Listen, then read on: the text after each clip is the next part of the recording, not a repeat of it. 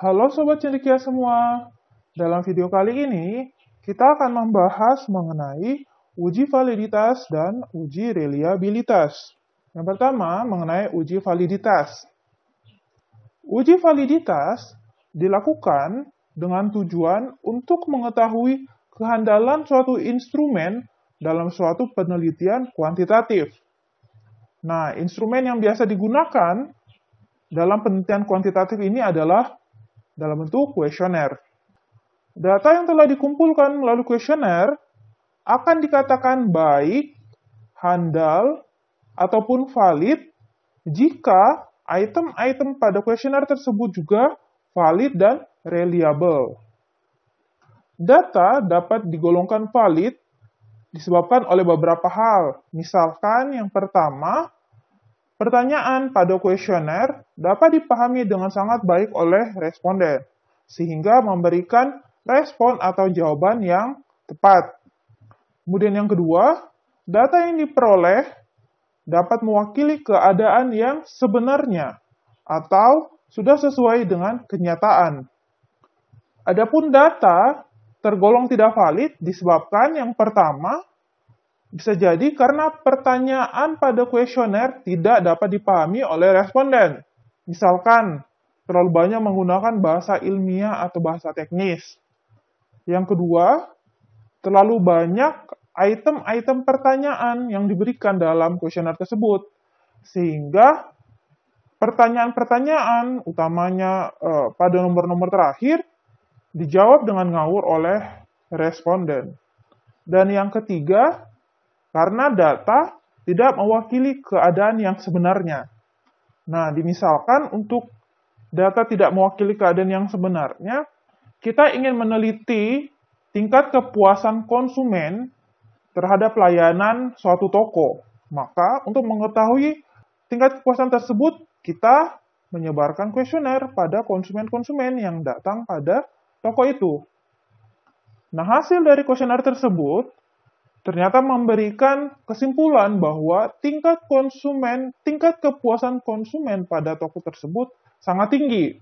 Padahal kenyataannya sangat banyak komplain-komplain yang datang ke toko tersebut. Artinya, data yang kita terima dari kuesioner tersebut tidak valid atau tidak handal. Nah, uji validitas ini dapat dilakukan dengan dua teknik.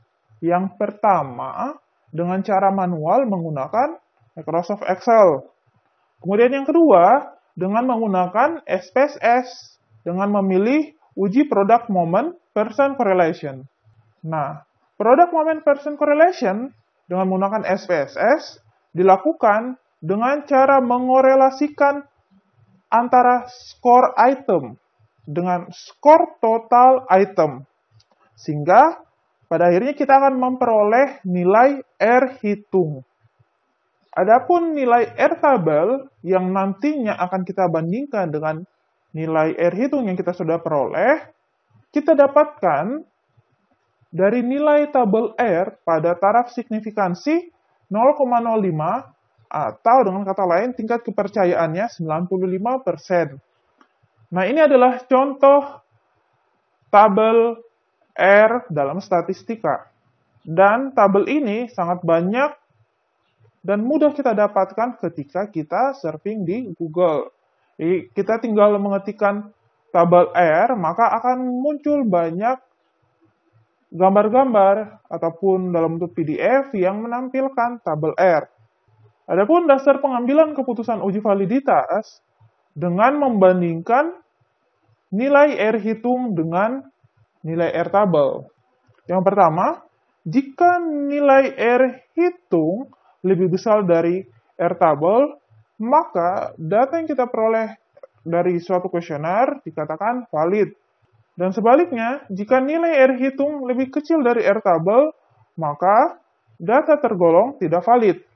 Ini adalah cara pertama untuk mengambil keputusan suatu data dikatakan valid atau tidak. Kemudian cara kedua adalah dengan melihat nilai signifikansi setelah kita uji menggunakan SPSS. Jika nilai signifikansi yang diperoleh kurang dari 0,05, maka data penelitian kita tergolong valid. Dan sebaliknya, jika nilai signifikansi yang kita peroleh lebih besar dari 0,05, maka akan tergolong tidak valid. Yang kedua, kita akan membahas mengenai uji reliabilitas. Uji reliabilitas dilakukan dengan tujuan untuk mengetahui konsistensi alat ukur atau kuesioner. Sehingga dengan uji ini dapat menunjukkan sejauh mana pengukuran dari suatu tes tetap konsisten setelah dilakukan berulang-ulang terhadap subjek dan kondisi yang sama. Jadi misalkan kita ingin mengetahui tingkat kepuasan konsumen di toko A, kuesioner tersebut juga dapat kita aplikasikan di toko B, C, dan seterusnya. Dan hasil dari kuesioner tersebut tetap memberikan hasil yang valid atau reliable. Itulah yang disebut sebagai data yang reliable. Uji reliabilitas kita bisa lakukan dengan menggunakan SPSS. Dari sekian banyak jenis uji reliabilitas, salah satu yang akan kita gunakan adalah uji Cronbach's-Alpha. Uji Cronbach's-Alpha dilakukan secara bersama-sama kepada seluruh item pertanyaan dalam satu variabel. Nah, inilah perbedaannya dengan uji validitas tadi. Kalau uji validitas, masing-masing skor item kita bandingkan dengan total itemnya. Sementara uji reliabilitas secara bersama-sama terhadap seluruh item pertanyaan. Sehingga pada akhirnya hasil yang kita peroleh hanya satu nilai saja. Nah, adapun dasar pengambilan keputusan dalam uji reliabilitas dengan melihat hasil, dengan melihat nilai reliabilitas setelah dilakukan pengujian. Jika nilainya lebih besar atau sama dengan 0,60, data tersebut akan tergolong reliable atau handal. Dan sebaliknya, ketika nilai yang kita peroleh lebih kecil dari 0,60, maka tergolong tidak reliable atau tidak handal. Oke, untuk memahami kedua uji ini, maka kita langsung ke proses pengerjaannya saja ya. Oke, yang pertama kita akan coba bagaimana menguji data sehingga kita bisa ketahui data tersebut valid atau tidak. Nah, di sini yang perlu kita siapkan adalah Excel. Dan ini adalah nilai-nilai dari kuesioner yang kita sudah terima. Dengan jumlah responden 20, dan biasanya jumlah responden ini lebih banyak dari 30 ya, tetapi karena ini hanya contoh, maka saya hanya berikan 20 responden saja. Dengan pertanyaan sebanyak 30 pertanyaan. Dan nilai-nilai ini, nilai 1, 2, 3, 4 merupakan nilai pembobotan terhadap kuesioner. Ya. 1 itu merupakan sangat tidak setuju, 2 tidak setuju, 3 cukup setuju, 4 setuju, dan 5 sangat setuju. Nah, kemudian kita mencari totalnya dulu ya. Namun sebelum itu saya hapus dulu ini. Ya. Kemudian nilai ini juga kita hapus, ya. Oke. Adapun langkah pertama adalah dengan mencari nilai total untuk masing-masing responden. Maka untuk mencari nilai total ini kita tinggal mengetikkan sama dengan kemudian sum. Dalam kurung kita blok semua responden yang pertama ini. Ya. Setelah itu di enter. Nah, hal yang sama dilakukan untuk responden lainnya. Ya, tapi supaya cepat, karena ini kita menggunakan Excel, maka tinggal kita tarik saja formulanya. Ya, maka akan muncul semua total dari masing-masing responden. Nah, setelah itu, kita mencari air hitungnya dengan cara mengetikkan rumus sama dengan Corel. C-O-R-R-E-L, ya, atau Corel. Gitu. Kemudian dalam kurung, nah, maka akan muncul array 1 dan array 2. Nah, kalau kita bingung yang mana array 1, array 2, maka tipsnya adalah dengan mengetikkan pada fx ini, ya. Jadi kita tekan maka akan muncul kotak dialog seperti ini. Nah, yang dimaksud array 1 adalah semua jawaban untuk pertanyaan pertama. Maka kita akan blokkan semua hasil kuesioner dari pertanyaan nomor 1 sampai selesai. Setelah itu di-enter. Kemudian yang kedua, array yang kedua, karena ini adalah uji validitas, ya, uji yang mengkorelasikan antar item dengan totalnya, maka array 2 ini kita blok semua total ini. Ya, enter. Setelah itu tekan F4 sampai muncul dolar ini. Fungsinya untuk apa? Fungsinya untuk mengunci kolom terakhir ini. Ya, sehingga nilainya tidak bergerak pada saat kita tarik ke kolom lainnya. Dan klik OK. Maka R hitungnya sudah muncul di sini ya, nilainya 0,52. Dan hal yang sama kita lakukan untuk mendapatkan nilai R hitung pada pertanyaan yang lainnya. Namun untuk mengefisienkan waktu, maka kita tinggal tarik saja R hitung yang sudah kita dapatkan tadi sampai ke kolom yang terakhir ini. Oke, maka nilai R hitungnya sudah muncul ya. Setelah itu, kita memasukkan nilai R tabel. R tabel ini kita peroleh dengan melihat tabel R pada Google ya. Ini datanya sangat banyak.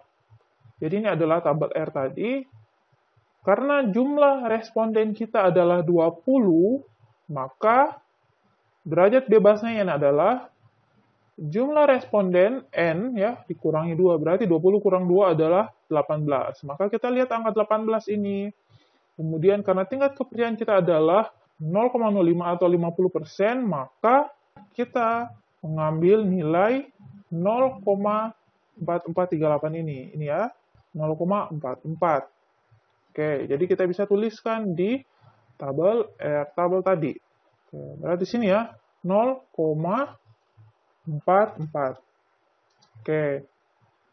Nah, karena R tabel ini tetap ya, karena jumlah respondennya sama, maka kita tinggal mengkopikan saja nilai ini, kemudian kita pastekan di sini ya, sehingga akan muncul nilai R tabel untuk semua kolom. Oke, dari sini kita sudah bisa melihat perbandingan antara nilai R hitung dengan R tabel. Ya. Ingat bahwa data dari kuesioner akan valid jika nilai R hitung yang kita peroleh lebih besar dari R tabel. Maka karena yang pertama ini adalah 0,52 itu lebih besar dari 0,44, maka data tersebut tergolong valid. Maka kita tuliskan di sini V. Kemudian coba kita lihat yang kedua, ya. Ternyata R hitung yang diperoleh 0,06 dan ini lebih kecil tentu saja dari 0,44. Maka yang kedua ini datanya tergolong tidak valid. Maka kita tuliskan saja T di sini. Dan demikian seterusnya untuk kolom-kolom yang lain. Namun kalau kita kerjakan manual, sangat lama waktunya selesai gitu ya. Apalagi kalau misalkan pertanyaannya banyak, kemudian jumlah respondennya lebih dari 20, itu akan memakan waktu. Maka karena kita mengerjakan di Excel, untuk mempercepat valid atau tidaknya kita tuliskan di semua kolom, maka kita gunakan formula yang ada di Excel. Maka kita hapuskan saja dulu ini ya nilainya. Caranya adalah dengan mengetikkan sama dengan, kemudian if, ya. Setelah itu dalam kurung.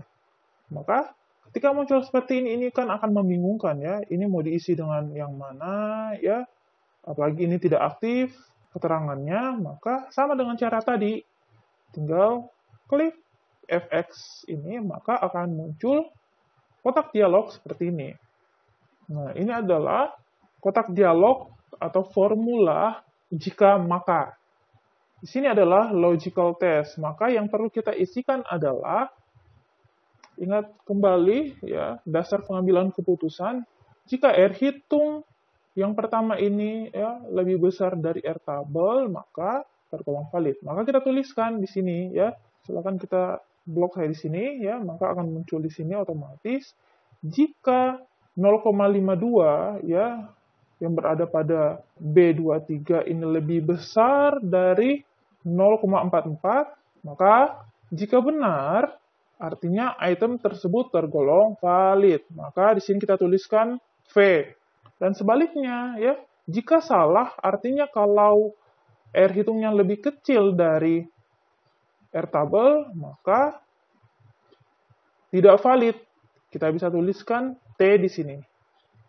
Oke, kemudian kita klik OK. Maka di sini otomatis akan muncul valid, ya. Maka kita tinggal tarik saja sampai ke jawaban pertanyaan nomor 30. Maka otomatis akan muncul valid atau tidak validnya semua item pertanyaan dari kuesioner. Setelah itu kita Ctrl X ya, kita save. Gitu. Maka di sini akan jelas ya, ada berapa yang tidak valid ini. 1, ya, 2, 3, 4, 5, 6, 7, 8, 9. Berarti dari 30 pertanyaan, ada 9 pertanyaan yang tidak valid. Ketidakvalidan ini tadi kita sudah bahas ya. Adapun implikasi dari tidak validnya data yang kita peroleh, ya, maka 9 data yang tidak valid tersebut, misalkan ya, yang 2 ini ya, pertanyaan 2, 5, dan seterusnya yang tidak valid, berarti tidak perlu diikutkan di dalam uji selanjutnya. Ya, misalkan kalau mau uji T atau uji F, ya, maka hasil yang tidak valid ini tidak perlu ikut dianalisis. Gitu. Artinya, ketika kita mau analisis lanjut, item-item yang tidak valid ini kita keluarkan saja. Kita kumpulkan semua yang valid, kemudian yang valid itu kita uji lanjut. Itu ya implikasinya. Oke, ini adalah cara mengetahui data valid atau tidak menggunakan Excel. Sekarang kita mau tahu caranya dengan ketika bekerja di SPSS. Oke, jadi ini saya sudah buka SPSS-nya ya. Maka caranya kita kopikan data yang sudah kita dapatkan dari hasil kuesioner beserta dengan totalnya. Ya. Copy, kemudian pastekan di data view ya, di sini ya. Ctrl V. Ya, maka nilainya akan muncul seperti ini ya. Maka akan muncul var 01, 2, dan seterusnya. Nah, karena ini membingungkan ya, ini var apa gitu ya, maka kita mau ubah supaya lebih simpel dengan simbol-simbol yang lain. Misalkan X ya, maka kita ubahnya di variable view. Ya, caranya bagaimana? Caranya adalah dengan letakkan kursor di sini ya. Kemudian Ctrl F, maka akan muncul find and replace. Maka di sini ya kita ketikkan var 1, 2, 3 ya, berarti 0. 0 bukan O ya. var 0, 0, 0. Kita mau gantikan dengan X ya supaya lebih simple. Kemudian kita pilih replace all, ganti semua ya. Oke. Nah, semuanya sudah terganti ya. Jadi X01 sampai X30 ya. Ini bisa kita ganti dengan ya, jadi X31 ini adalah nilai totalnya tadi ya. Oke, selanjutnya sudah bisa kita uji validitasnya. Caranya adalah dengan memilih analyze, kemudian pilih correlate, kemudian bivariate.